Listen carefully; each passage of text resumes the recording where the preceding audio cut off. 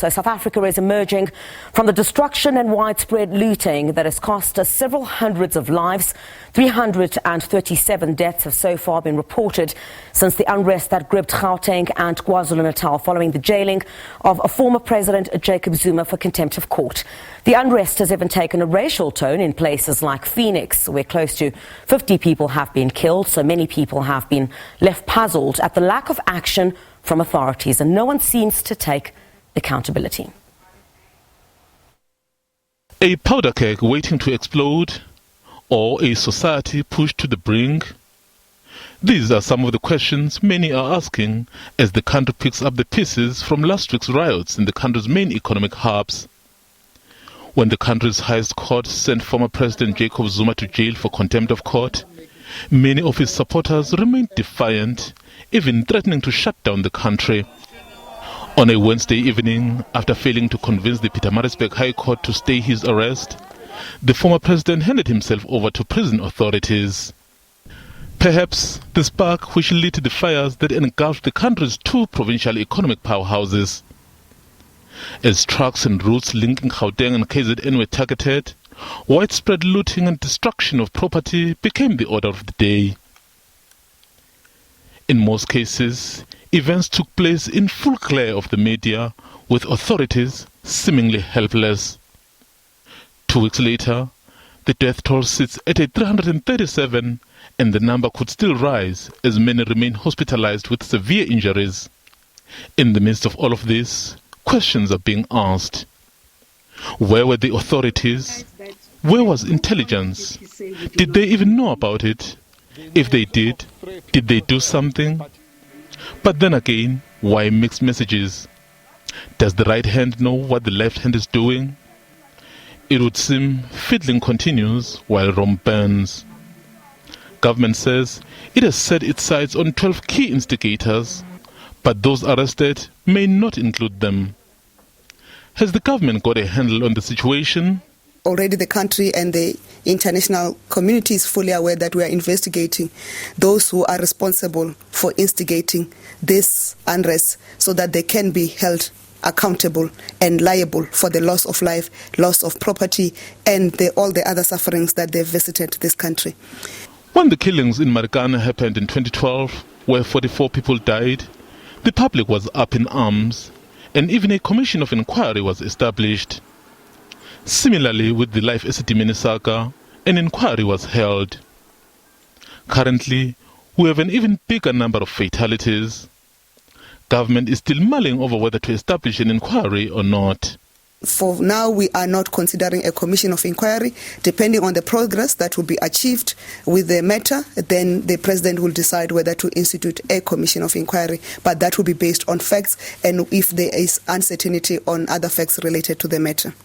It would seem the events have taken an even uglier turn, with claims of racial tensions and killings in Phoenix, Durban, threatening our fragile race relations.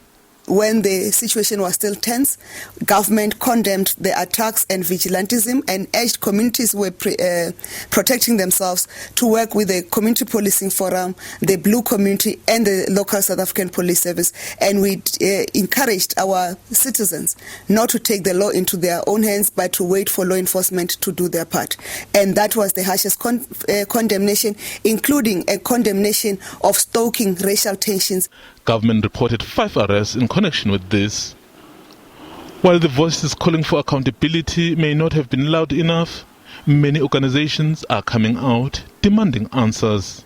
There should be a parliamentary inquiry that will bring to the fore, because Parliament is supposed to be our representatives. Yeah. They should ask the questions on our behalf, and we should get answers on how each of these people died and why. Since the outbreak of the unrest, what's been more concerning is that all of us have been seeing these numbers climbing, but none are saying anything about accountability for those deaths.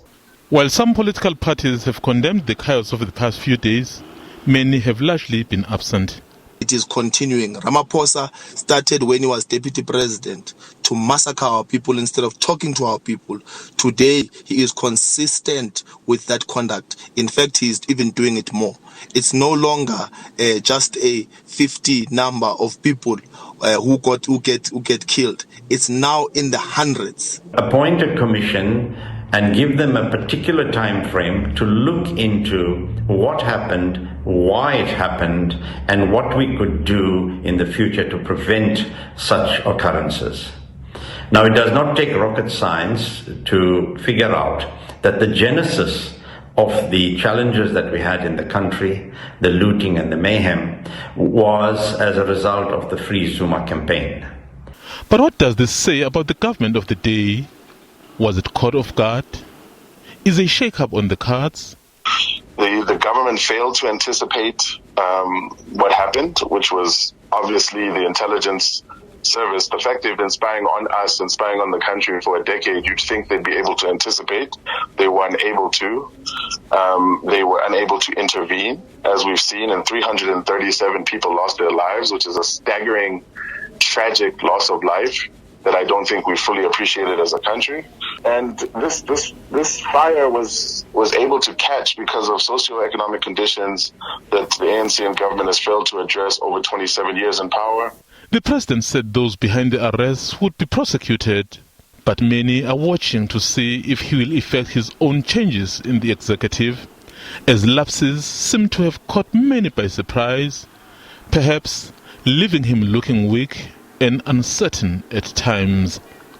Mzwandile Mbeje, SABC News, Johannesburg. Those who died in the unrest include Africans who are in majority, and Indians, although the proportion we must indicate, Africans who died are much higher. So far, at least 5 people have been arrested, and more arrests are still expected. The arrests are critical in enforcing the rule of law without fear or favor. We are satisfied with the progress of the investigations. However, we want to see the arrest of all those suspects linked to these senseless murders of civilians, many who were traveling on the main road. All right, we continue this discussion now. We talk about who should be held accountable for the violence, the deaths that are as a result of the violence and looting that we've seen in the country. And there seems to be very little accountability at this particular stage.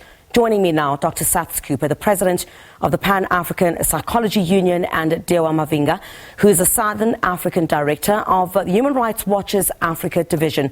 Gentlemen, to you both, thank you very much for joining us this evening. I'll start with you, Dr. Saths Cooper. Thanks indeed for joining us. 337 people dead. No one is taking responsibility. The question is, who should be held to account? Clearly, the state is accountable. The institutions of law and order, which have steadily failed us, have shown their complete inability to predict, even though the indications are that intelligence was available around this issue, to immediately act. Indeed, we've seen on this and other television screens and on social media, the police themselves being part of what is going on. Very plainly, Griselda, we have a colossal leadership failure. We have a democracy that excludes the majority from its benefits. And those fat cats amongst us, whatever their hue, look at all this and start blaming. The other simple fact is the ANC internal battles have beset our country in a terrible way, and they've overflown into the public space.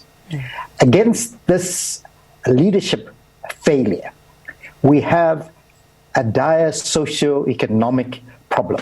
made worse under the pandemic. The statistics, and I'm just going to rattle a few. 60% of our population live in dire poverty.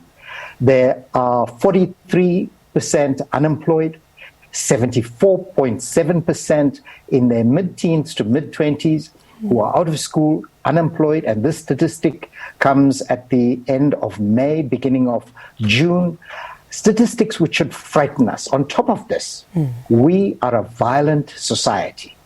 All the statistics, I've spoken to you, I've spoken to others over the years on this. And next month, we're going to be looking at Women's Month, and we're going to be talking about violence against women, etc. We are very violent, and we've learned the ways of violence. Furthermore, we have retained the terrible race classification system of the past. Spatial geography still remains largely in group areas, and particular people feel invaded. The them and us divide is massive. There has not been an attempt to create a cohesion where we look at ourselves as South Africans first and last. In between everything else is this so-called race divide, ignoring the fact that we actually share the same biology.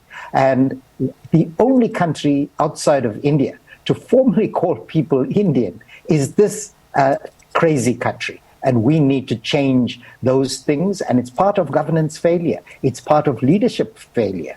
And that's why we're having different voices speaking out of sync at the top. Dr. Cooper, there's so many aspects of what you said that we're going to chat about. I'll come to you, Mr. Mavingha, just very shortly. But from a psychological aspect, Dr. Cooper, I have to ask, where's the outrage? Are we numb as a nation? This is 337 people dead. This is twice more than Life Esidimeni, a story of gross neglect, which I'm currently covering at the moment, much more than what came out of Marikana. But there doesn't seem to be an outrage about the lives of 337 people who have been killed in gross looting and violence that we've seen taking place in this country. Are we numb?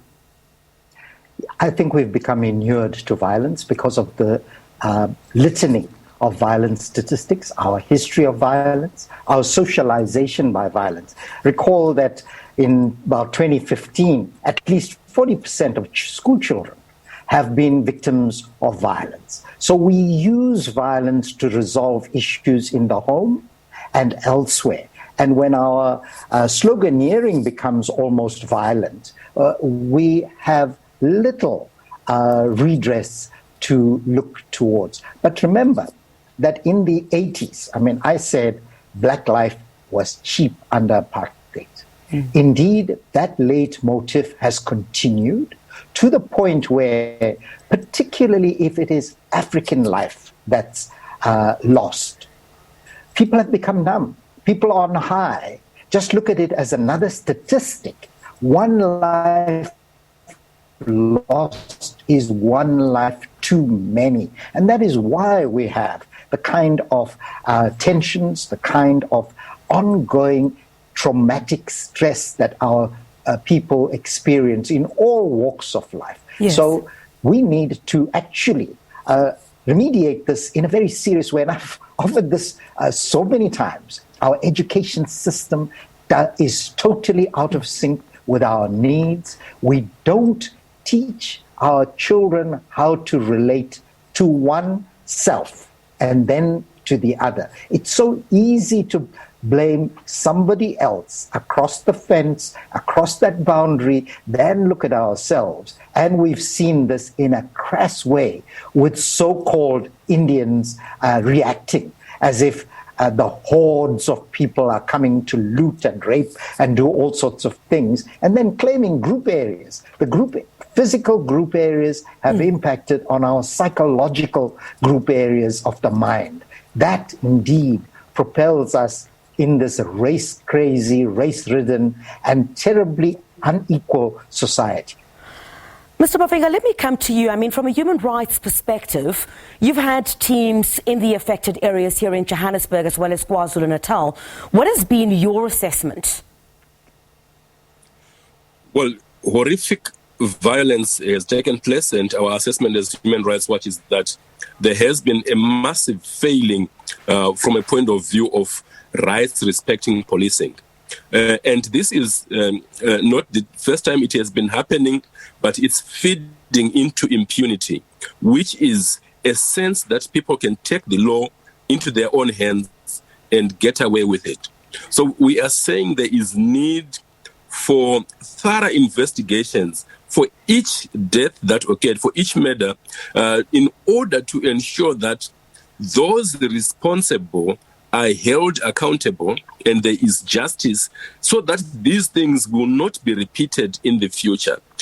We have seen that, particularly with the vigilante type of violence in Phoenix and in Durban, that there was a vacuum where law enforcement was absent and people thought they could take the law into their own hands. That needs to be addressed. And going forward, it must be very clear that there is no one who is above the law, and that the law, the long arm of the law, will catch up with all those that act outside of the framework of the law.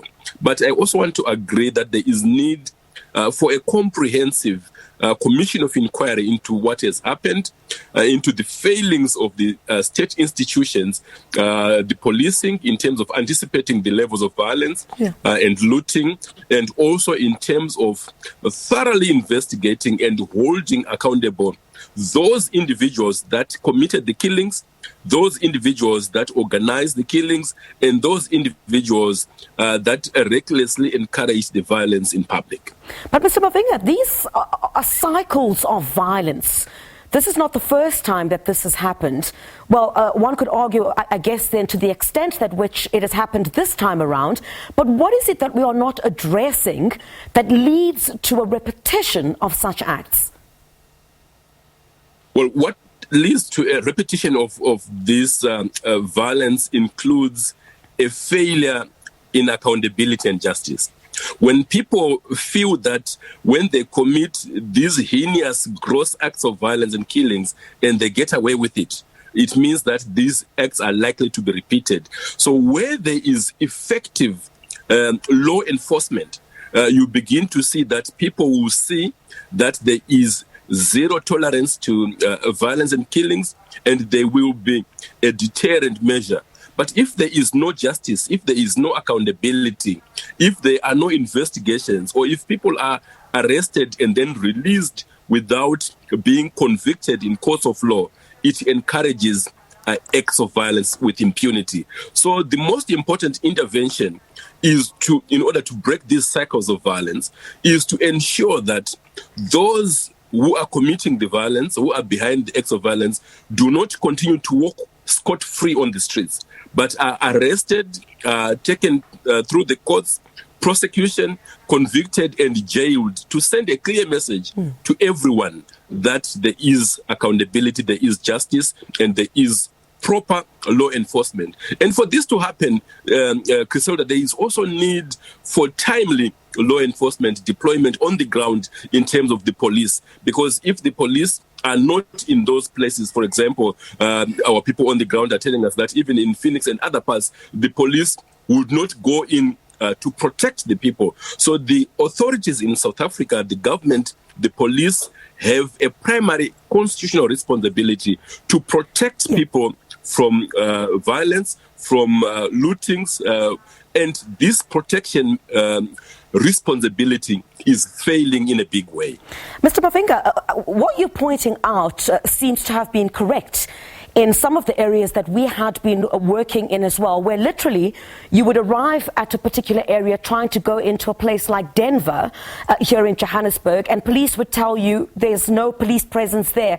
If you want to go in, you're basically on your own. There's also been massive criticism for the manner in which police have conducted themselves post the violence that we've also seen, where they're going to certain areas where they believe that, some of the looted goods would be found, going searching house to house, How should this be approached? Because there's also been criticism in the manner in which it's being done by law enforcement agencies. Absolutely correct, Griselda. What needs to be done, this points to a need for comprehensive police reform in order to enhance their ability and capacity to police, to ensure public order and to ensure timely deployment, and when deployed, to approach law enforcement in a rights-respecting manner. This has not happened in this particular case, and in the past it has not been happening. So a huge challenge in South Africa is inadequate, ineffective and poor policing. So this is now the time to go back to the drawing board for the South African Parliament and the leadership to say, urgently, there is need for reforms to revamp the police force in South Africa, because without proper policing and protection, it means that we are likely to have these cycles of violence continuing and communities not protected, because now people will be too afraid to venture out, and in some communities, people will be tempted to take the law into their own hands when there is no police. Dr. Cooper, I mean, from where we're sitting, it also seemed so easy, to mobilize communities, and surely that must speak to what you've briefly alluded to a bit earlier on, the deep-seated, unresolved, underlying challenges that the country still faces. You spoke about the issue of inequality, communities living in poverty. So it was fairly easy to mobilize these communities into what we've seen happen. Absolutely. And I think it is because steadily, for well over 20 years, we have seen the decline of the state. We have seen the increase in so-called service delivery protests. And, any society that creates this kind of service delivery, we are delivering to you something, removing the people's agency, removing their centrality in how they should mediate their environment.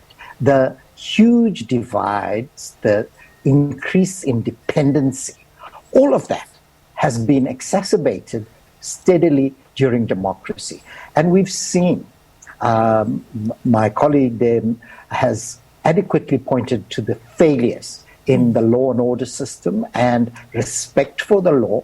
And indeed, we know that members of the police are themselves guilty of this kind of activity. We've seen on our screens where young people have said this is going on, but there's a great disaffection.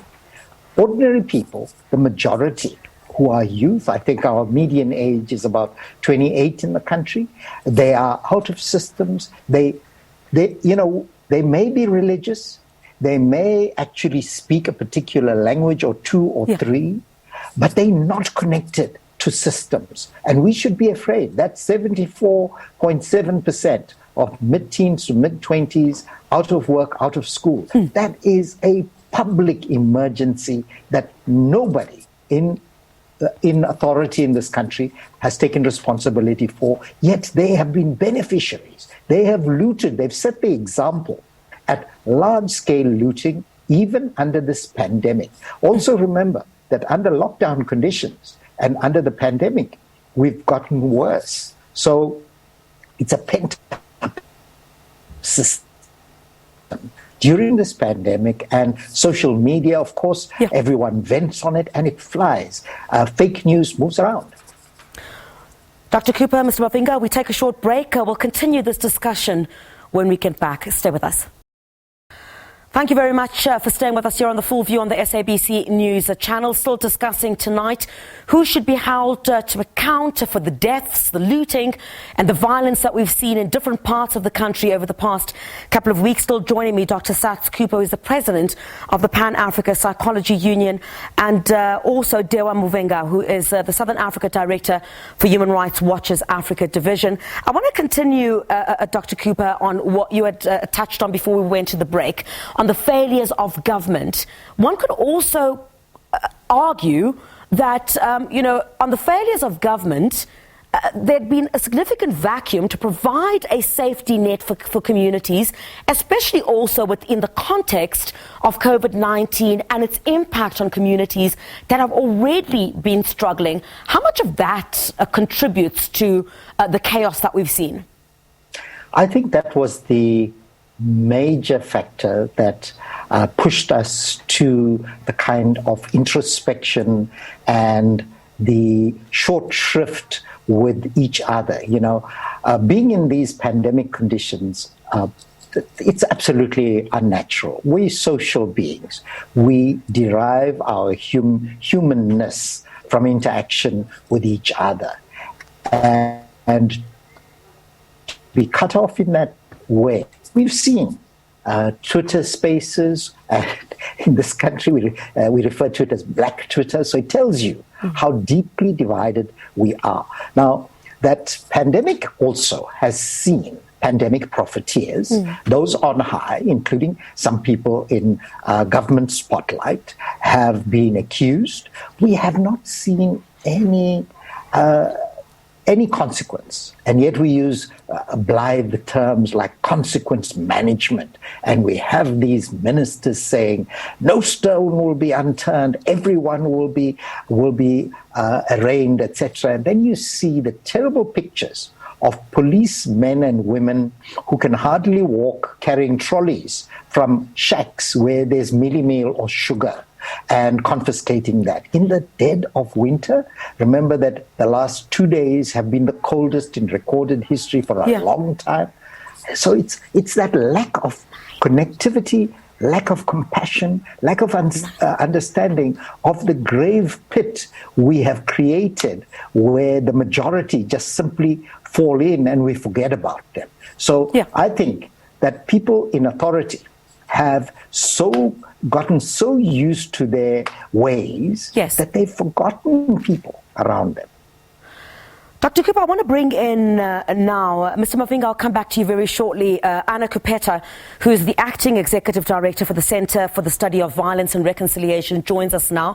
Ms. Kupeta, thank you very much for joining us here on the programme. A little bit into it, but I mean, race and classism, at the very heart of apartheid.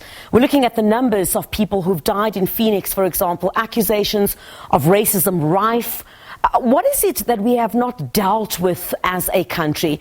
Not just looking at Phoenix, but not excluding it, but holistically, should we revisit the reconciliation agenda? Thank you, Criselda. Indeed, what has happened over the past few days, and also what we have seen happening in Phoenix and also in other areas, when we have a death toll of more than 300 people and issues of racism, classism, issues of privilege, issues of inequality, poverty, and the socio-economic impacts, for instance, of some of the additional stressors and the most current crisis of COVID-19. All of these force us to really begin conversations around revisiting the reconciliation agenda. We were quick through the TRC, the Truth and Reconciliation Commission, to look at the transition from apartheid era brutality and violence to a more peaceful democracy. But what we are now learning is that the issue of reconciliation really requires a much longer term agenda than a truth-seeking process that could then be done by a 2 to 4 year process of the Truth and Reconciliation Commission. The reconciliation agenda needs to be revisited indeed, because all of these issues that we are seeing, issues of racism cropping up, these are all fault lines to our democracy that really need us to address urgently if we are to move forward in the country and really move forward together collectively as a united front, as a society. So we really need to revisit the reconciliation agenda on the one end, but we also need, again, to revisit the unfinished business of our brutal past. The collective trauma, for instance, that has remained unresolved for the longest time is also very much present in our current situation. And unless we revisit those two agendas, we will continue to see the cyclical nature of violence popping up, the violent protests and the desperation of the masses, for instance, manifesting through some of the triggers. So we are adamant as the center that what happened could have been triggered by any other incident, for instance. So we are really sitting on a powder keg as a nation. We really need to revisit these issues as a matter of urgency and address them. The other thing that we need to really revisit is really to begin conversations around how far we have come in our democracy, especially when we are sitting with such high levels of inequality, when we are sitting on structural poverty, we are sitting on structural and endemic corruption in the country, when all these issues really are the fuelers and triggers of the violence that we see, and the magnitude, for instance, of the violence that we have seen. Ms. Cooper, sorry, I just want to bring this part through. Apologies, because you did join us quite late. But I mean, what we saw in Durban, if we look at South Africa and its, the history of violence, we are a violent nation. We've heard this multiple times. But what we saw in Durban, communities with high-powered rifles, saying we're going to protect what is ours. I mean, how does this filter into what we're seeing and the notion that we are simply a violent nation? Indeed, there is a lot of normalization of violence in our society.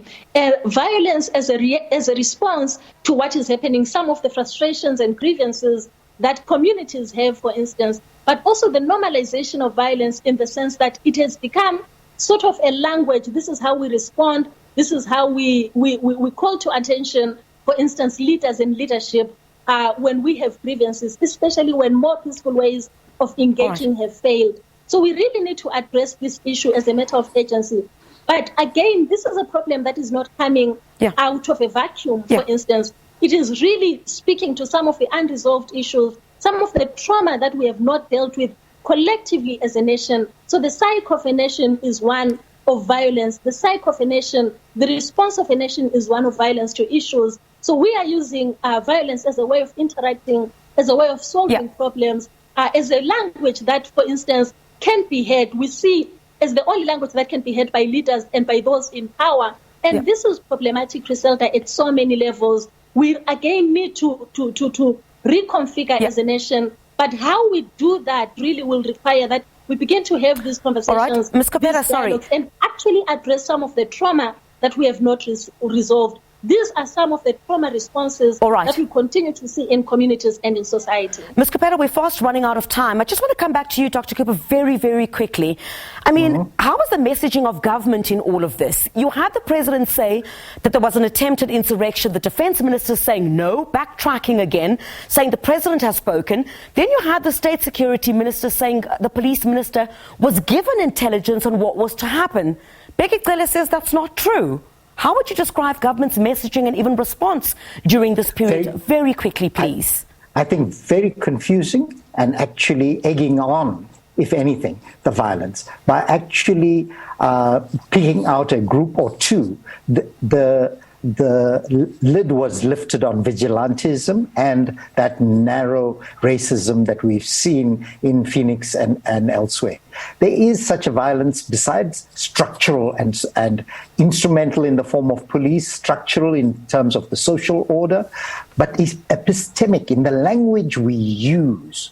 We can egg on violence. The words we use connote a lot of meaning, and that can open up a Pandora's box that lead us into the chasms we find ourselves. For crying out loud, we need to pull together as a people in this greatest time of tragedy that we've seen, not only in democracy, but for over 30 years, this is one of the worst periods we've seen. And we need leadership to consign it to an official commission will be to kill it. We need citizens, leadership out there to stand up. People from faith-based organizations, NGOs, like those we have on this panel, need to form a citizens commission, if you like, because all those other organizations have plainly failed us. Mr. Mavingha, your closing words, please, with urgency, the issues of justice, the manner in which police do their work, human rights issues in particular, because we've seen a recurrence of this kind of violence in South Africa. What needs to be done with urgency? Very quickly, please. What needs to happen now is comprehensive police reform to provide for rights respecting and effective law enforcement to end impunity and to ensure that the police have the capacity to be present and to carry out thorough investigations that can lead to accountability and justice and can break the cycles of violence.